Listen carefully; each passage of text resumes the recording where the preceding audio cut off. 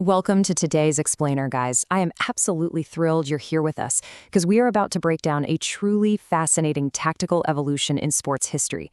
You know, when we study the source material of modern football tactics, we usually look for those surface-level facts, right? Who won, who scored, what the formation was. But today, we're going to treat our source text like a living, breathing organism. We're going to trace the genetic lineage of a specific attacking concept all the way from its chaotic, brilliant origins in 1960s Scottish football straight through to its completely transformed modern state on the global stage. If you're fascinated by how complex ideas adapt and survive in new environments just to overcome rigid opposition, you're going to absolutely love the structure of what we're unpacking today. Okay, let's dive right into this. I want you to listen really closely to this exact quote from our source material. It says, "The mutated virus, why the Dutch execution looked different but shared Celtic DNA." That right there, that is our entire focal point today. In the world of football tactics, this brilliantly concentrated text acts like a giant puzzle. It bridges two completely different eras and philosophies.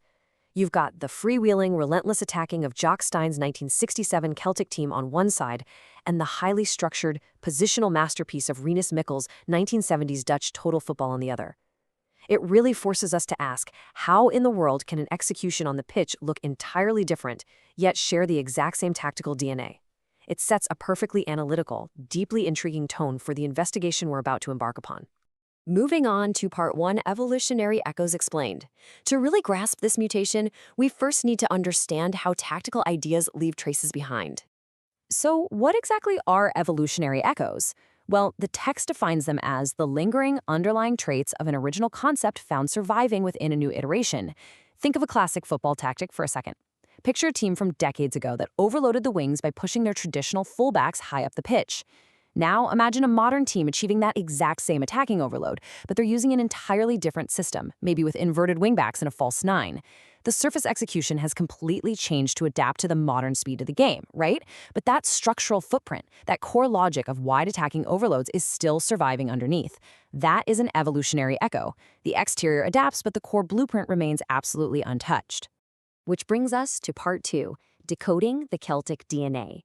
Let's look at where this tactical lineage actually begins. Our source explicitly identifies the origin point as Celtic DNA. We are talking about the famous 1967 Lisbon Lions. This serves as the original foundational blueprint for our biological breakdown today. Actually, scratch that. Think of it as the pure, unmuted origin point. The core genetic markers of this idea were literally revolutionary for the time. It was a fluid, high-tempo, relentless attacking style where defenders were actively encouraged to join the attack, creating these overwhelming numerical advantages.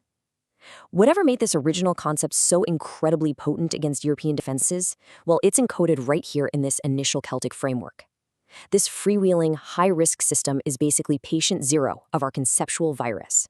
All right, let's turn to Part 3, Enter the Mutated Virus. It is time for the idea to break out of its initial boundaries.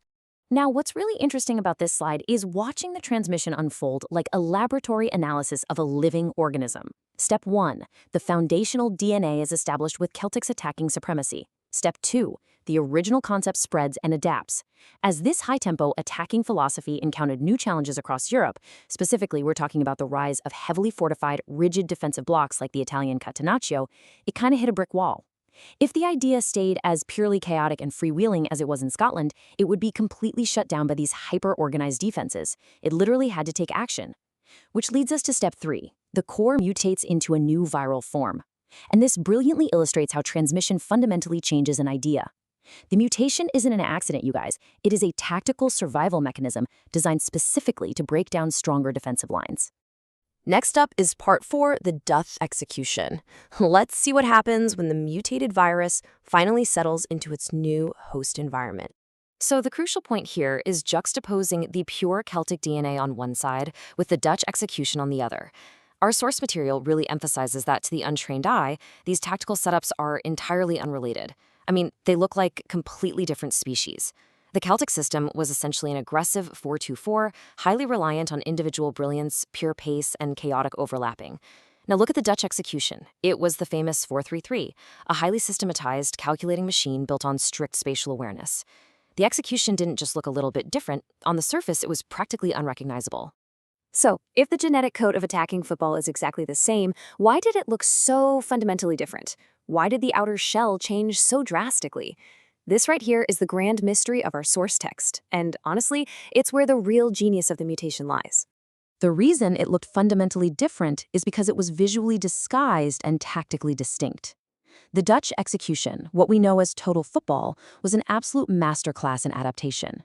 It essentially put on a completely new uniform. It used the terminology of strict positional rotation and spatial control rather than sheer attacking chaos. But, and this is the key takeaway, underneath that distinct visual disguise of players swapping positions seamlessly, it secretly carried the exact same Celtic DNA. It still had the mathematical imperative to attack with 10 men and the absolute requirement for defenders to act as attackers. The Dutch organism realized that to break down modern defenses, it had to implement systematic control. But to actually win, it relied on the proven underlying logic of its Celtic origins. Total football was simply a brilliant disguise for the Celtic DNA. Let's map this out and see how this builds through these distinct life cycle phases. In phase 1, we have the inception. The pure Celtic DNA originates and establishes its value as a massive attacking force. By phase 2, as the idea starts to be observed and studied by managers across the continent, those evolutionary echoes begin to form. Moving into phase 3, as the idea travels and hits heavy resistance from elite defensive blocks, the concept officially becomes a mutated virus. It actively begins systematizing its shape just to survive. And finally, in phase 4, the adaptation is complete.